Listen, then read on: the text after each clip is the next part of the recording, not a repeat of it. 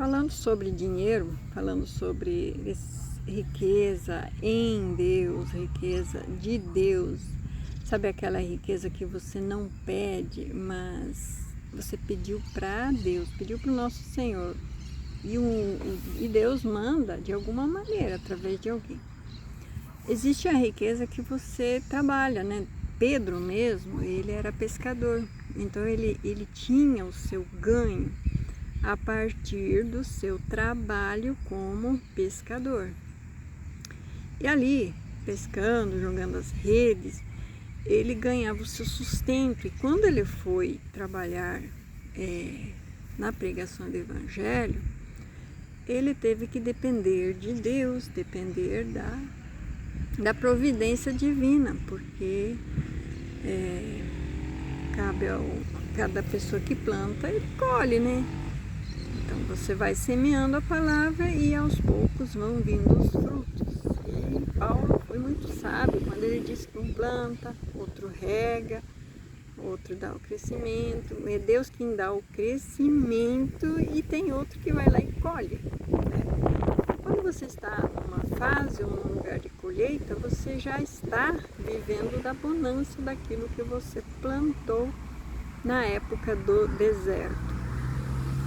Mas como descansar no deserto e ter certeza de que está fazendo a semeadura correta nessa fase do deserto? Então essa é uma pergunta com muitas dúvidas, né? A gente fica em dúvida. Como ter certeza de que vai ter colheita? Porque você está plantando, está semeando, está ali no esforço, igual um agricultor, né? Ele tombou a terra, ele arou a terra, ele preparou a terra, ele adubou a terra, e aí ele joga a semente, e aí ele tem que esperar em Deus o seu crescimento.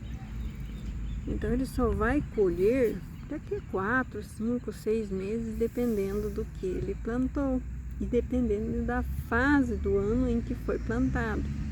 Uma safrinha no sul, ela leva até 6 meses, em lugares eu já vi 7 meses. A pessoa plantou o milho em março e colheu em final de setembro, quase em outubro. Então a gente sabe que, dependendo da época do ano, você colhe, demora muito.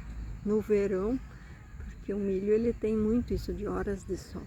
Então no verão você, em menos de 3 meses, às vezes em 3 meses, já está colhendo o milho. Mas no inverno tem muito menos horas de sol no sul, então demora muito mais.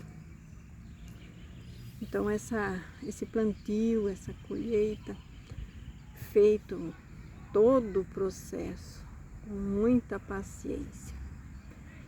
Então assim também é na nossa vida, no nosso trabalho, nos estudos. A pessoa estuda, né? Já começa ali no primário, ginásio, colegial, né? Vai fazendo ensino médio, depois vai para faculdade ainda. Então a faculdade é um plantio bem longo, 3, 4, 5, 6 anos, às vezes bem mais do que isso, até começar a colher os frutos disso. Com o ensino médio você já consegue alguma vaga de emprego ali, né? No setor privado, no setor público, para você já ir se mantendo até fazer a universidade, a faculdade mesmo, que é o final. Então você vai colher daqui a muitos anos, né? Porque é um investimento longo, né?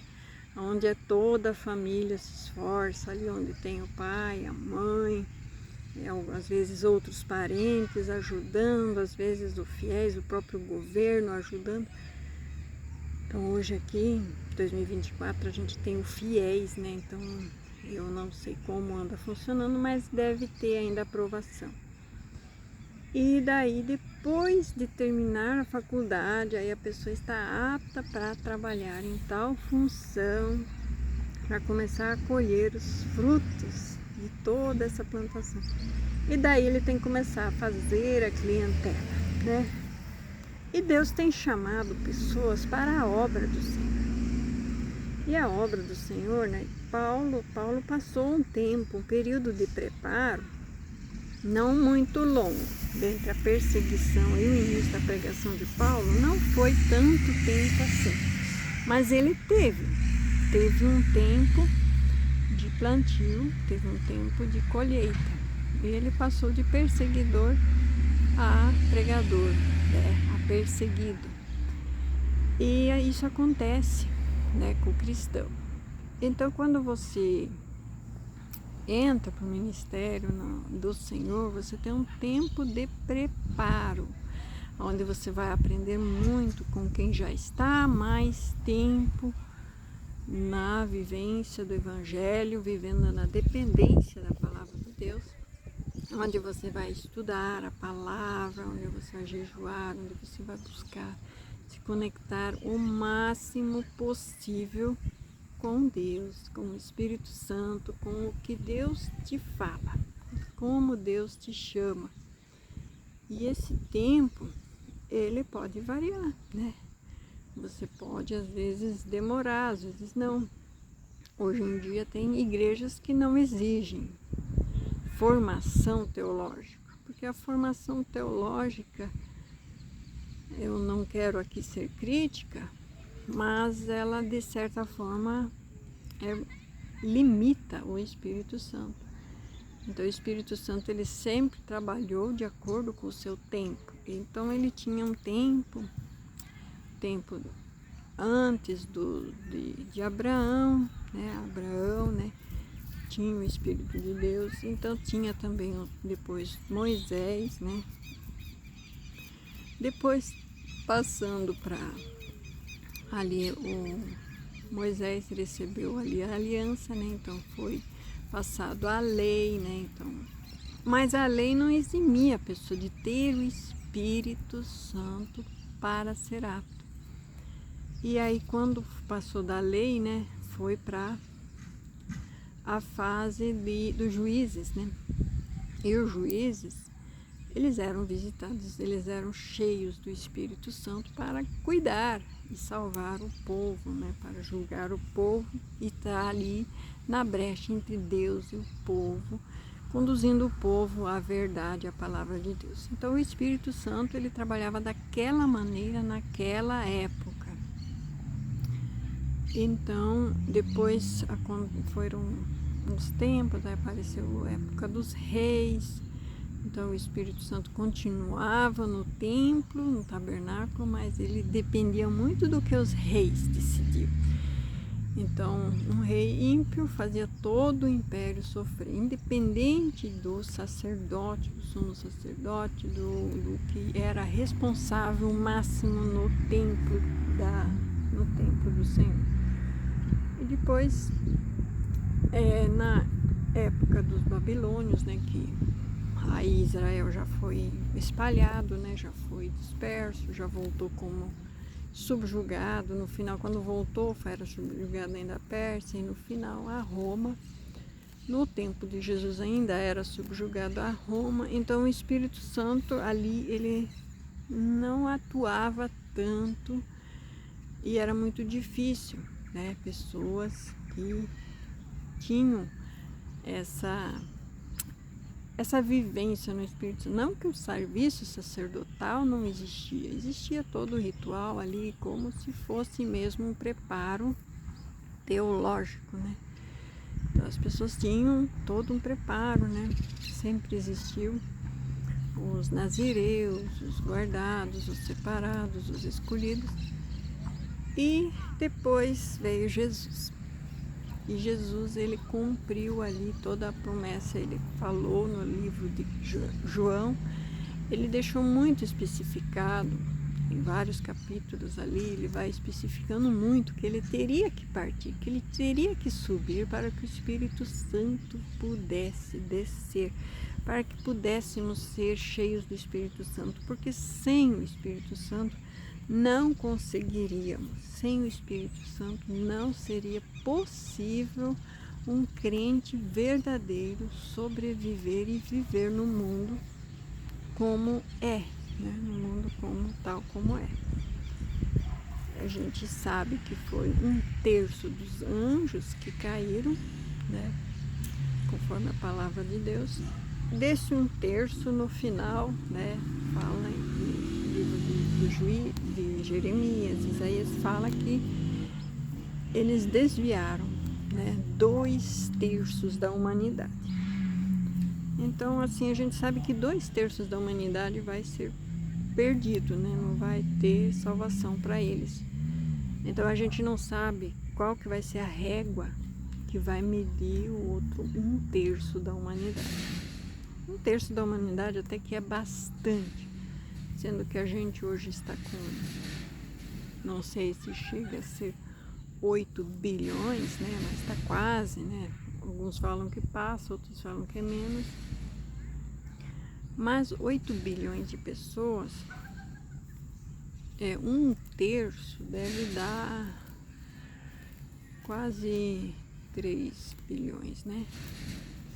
Mas considerando que cristãos, né, isso incluindo até os católicos, não chega a 2 bilhões, então muita gente, talvez por nunca ter ouvido falar, porque tem isso, né, a pessoa que vive por instinto servindo a Deus, né, mesmo em religiões que nós não julgamos. Mas a gente sabe que nos últimos dias Jesus disse que o amor se esfriaria de muitos e que seria muito difícil encontrar pessoas. Então a falta de amor é a falta de Deus, porque Deus é amor. E você sabe quando uma pessoa tem o Espírito Santo, isso é um sinal, quando ela ama o próximo, andar em misericórdia. E isso independe se ela é brasileira, ou seja lá como for. Então vamos pegar aqui quase 2 bilhões, 1 bilhão e 800 milhões de pessoas são muçulmanos. E Alá, não quero me aprofundar muito, mas pelo que eu estudei tudo sobre Alá não é o nosso mesmo Deus, verdadeiro santo que deu os 10 mandamentos, não é o mesmo, é um falso, né? E então como que uma pessoa dessa religião poderia ser salva? Teria que ser porque Deus talvez use uma régua de punhar ela, porque ela é completamente inocente por nunca ter ouvido falar do cristianismo, por nunca ter tido chance de ouvir, né? Eles não podem ouvir a palavra de Deus, não podem ouvir a mensagem.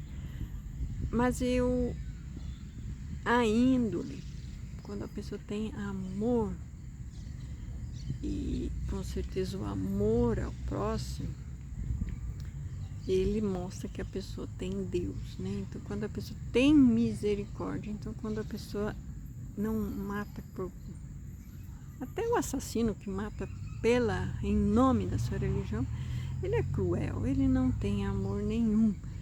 Então matar é excluir, matar é desprezar.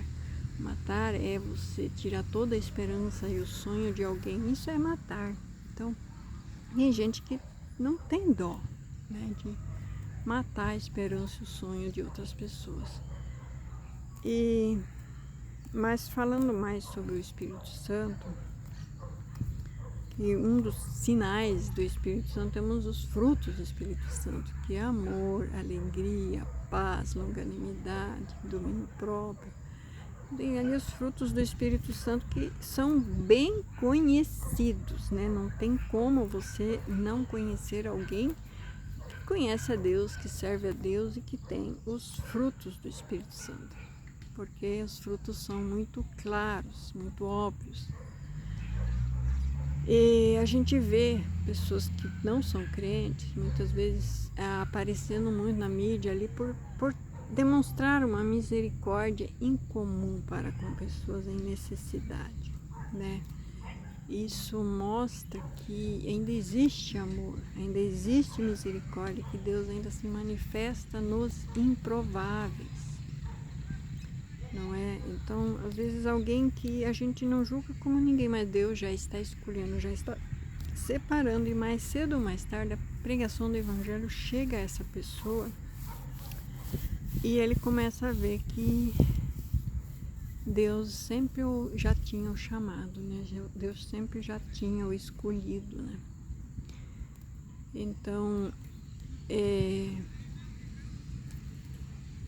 sobre o ganhar, o colher nessa pregação do Evangelho, o viver, porque o trabalhador é digno do seu salário. Então, a pessoa que deixa de viver uma vida normal para investir na palavra do Senhor, para investir no Evangelho, ele com certeza não pode perder todo o seu tempo sem ter ali mais cedo ou mais tarde algum ganho com isso, né? Então ele vai trabalhando, vai semeando, vai plantando e uma hora ele vai colher, né? Vai vir os frutos. Estou aqui arrancando não, cortando a grama com os dedos. Eu te agradeço por assistir até aqui. Você é herói mesmo. Eu quero que você até comente por ter chegado até aqui. E compartilhe com quem você acha que precisa ouvir essa palavra. Então, o que eu senti hoje de falar mesmo é sobre isso, sobre descansar, né? Eu já fiz tudo, né? Eu já arei a terra, já preparei o solo, já joguei a semente, estou jogando a semente e agora eu preciso esperar o tempo de Deus para dar o crescimento, a chuva, né? Então, quando parte para o lado da parte que Deus tem que fazer, então a gente tem que descansar, porque o trabalhador ele não vai ficar ali dia e noite ansioso em cima da sua semente, vendo se vai brotar, se a semente já está inchando, se já está saindo germe. Não adianta fazer isso, vai matar a plantinha. Então ele precisa descansar e esperar em Deus. E no tempo certo, Deus vai dando ali o crescimento dessa planta para haver uma colheita futura, não é?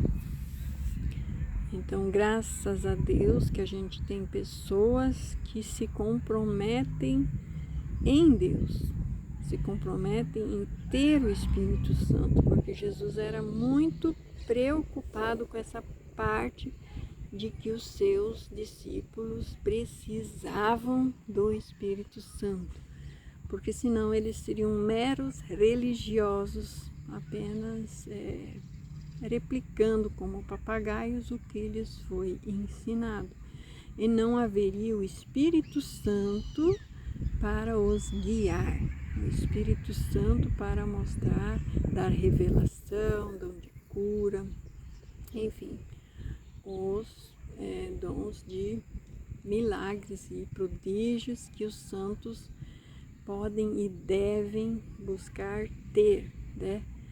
Eu sou a favor, né? Eu vou aqui colocar minha bandeira, né? Muitos podem achar que não, tem vários ensinos, várias interpretações, mas eu sou a favor da oração em língua, né?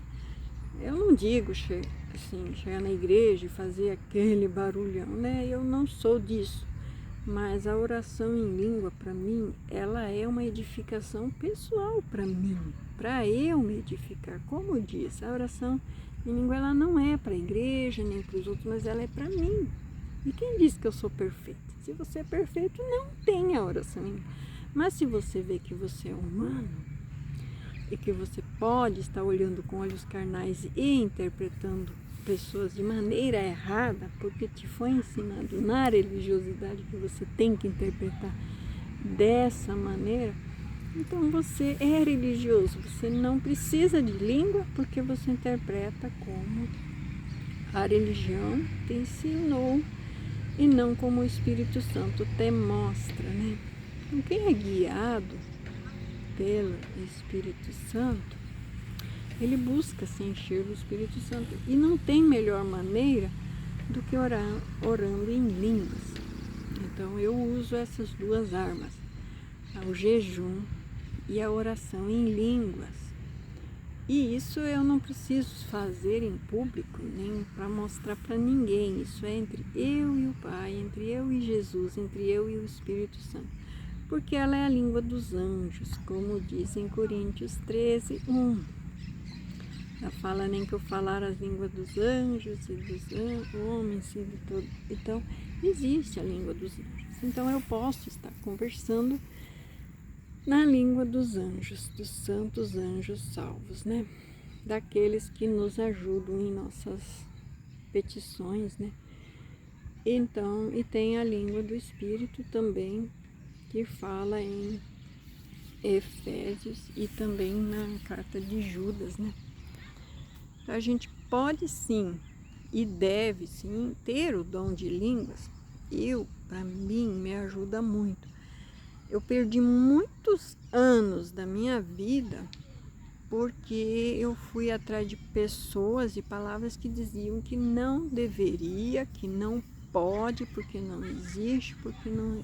E quando Deus nos chama e Deus nos dá um dom, é porque a gente precisa.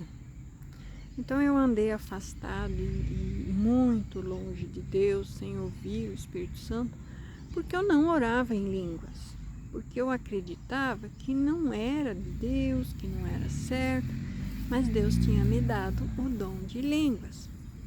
E agora, né, com esse chamado, com essa chama nova que Deus me deu, eu sinto muito a necessidade de orar em línguas, porque parece que depois que eu orei em línguas eu fico mais fortalecida no espírito.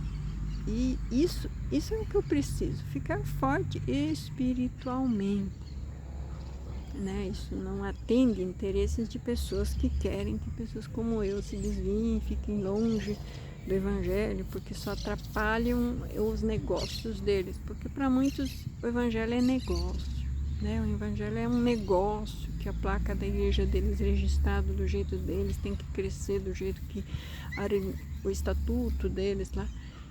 Então, quando você quer viver no Espírito, você sabe quem é espiritual, quem está na mesma fé, quem está servindo a obra de Deus. Você não vai ficar querendo destruir a obra que Deus está fazendo, mas você vai complementar, você vai ajudar quem também está sendo trazido. Tanto é que eu posso estar plantando para ele colher. Talvez eu esteja aqui te falando nesse vídeo e amanhã você vai se dedicar mais e vai se tornar o teu pastor, a igreja onde você participa, vai colher, não é? Então, e aí eles querem criticar a mim, né? E a várias outras pessoas que falam sobre esse tema. E na verdade não deveriam, porque quando eu falo desse tema, eu estou te fortalecendo, eu estou te encorajando, eu estou dizendo que é bom, é de Deus, né? E Paulo foi muito categórico aos Coríntios, que a oração em língua ela é para edificação pessoal, pessoal mesmo. Então eu não conseguiria fazer um jejum se eu não ficasse em oração em língua, porque eu ia querer ficar comendo, eu ia querer ficar fazendo coisas, né, que não fazem parte dos dias de jejum. E orando em línguas eu sou fortalecida, então eu consigo dar passos de fé grandes, porque eu estou fortalecida no Espírito. E é essa a meta, né? É esse o intuito da oração em línguas, né? Então eu te encorajo, né? Quando você estiver orando de novo, buscando a presença de Deus, buscando o Espírito Santo, busque também o dom de línguas, para que haja o teu próprio crescimento espiritual, né? Eu estou numa fase de pedir a sabedoria para Deus, sabedoria, né? Porque apesar de eu ter plantado já bastante na obra de Deus, apesar de eu já ter vivido muito e trabalhado muito também no mundo secular, eu perdi muito, fui passado para trás muitas vezes, e aí eu fui ver que muito é falta de sabedoria mesmo, e aí eu pedi a Deus que Deus me desse sabedoria, mas talvez não seja também o tempo da colheita, talvez seja ainda o tempo do plantio, né? A moto do guarda andando por aí, então os quero ficam agitados também. E aí a sabedoria me ajudaria a perceber mais quando uma pessoa está com má intenção comigo, que vai se aproveitar do meu trabalho, da minha imagem, do que eu faço. Então, muitas vezes tem gente que vem com promessas e depois se aproveita da gente, né? E a gente fica a ver navios, né? A pessoa prospera e a gente fica para trás, né? Isso acontece muito, né? Quem que nunca, né? E aí você precisa ali ter sabedoria para recomeçar, para perdoar. E aí eu peço sabedoria a Deus para conseguir ver que essas situações não vão me dar lucro. Aonde eu posso pôr o pé, aonde eu não devo pôr o pé. Então somente com sabedoria eu saberia fazer negócios e agir corretamente com as pessoas certas, né? A fazer sociedade com pessoas certas e corretas dentro da vontade de Deus, né? Então, eu não sei, também Deus sabe de todas as coisas, né? Falando aqui com vocês, eu até me pergunto agora, né? Porque Salomão pediu sabedoria e depois também meteu os pés pelas mãos de um jeito tão feio que dá até medo de pedir sabedoria. Porque a maioria dos ricos aí a gente vê que acaba metendo os pés pelas mãos e se metendo em negócios que mais afastam o povo de Deus, que foi o que aconteceu com Salomão, do que trazem a nação de Israel para perto de Deus. Então, foi um esfriamento espiritual muito grande nos anos em que Salomão foi rei, né? Então, a sabedoria... hoje em dia só temos o livro de Salomão mesmo para dizer que Salomão era sábio. O resto foi que a nação se dividiu, né? Era para ter se dividido já na época de Salomão, mas como Deus mesmo disse, em misericórdia a Davi, por ter prometido a Davi, ele manteria firme o reinado de Salomão até o final dos seus dias, e que a divisão seria após a sua morte. E foi exatamente o que aconteceu, né? Então, é sobre isso, né? É sobre... A gente fica com medo mesmo de pedir sabedoria, mas temos que ter sabedoria sim, né? Não é pelos maus exemplos que a gente vai se orientar, né? Salomão não deveria ser um mau exemplo, porque ele começou bem, ele começou trilhando bem. Paulo é um bom exemplo, porque ele terminou bem, né? Terminou crucificado, terminou morto, né? Mas ele terminou na fé, firme em Deus, né?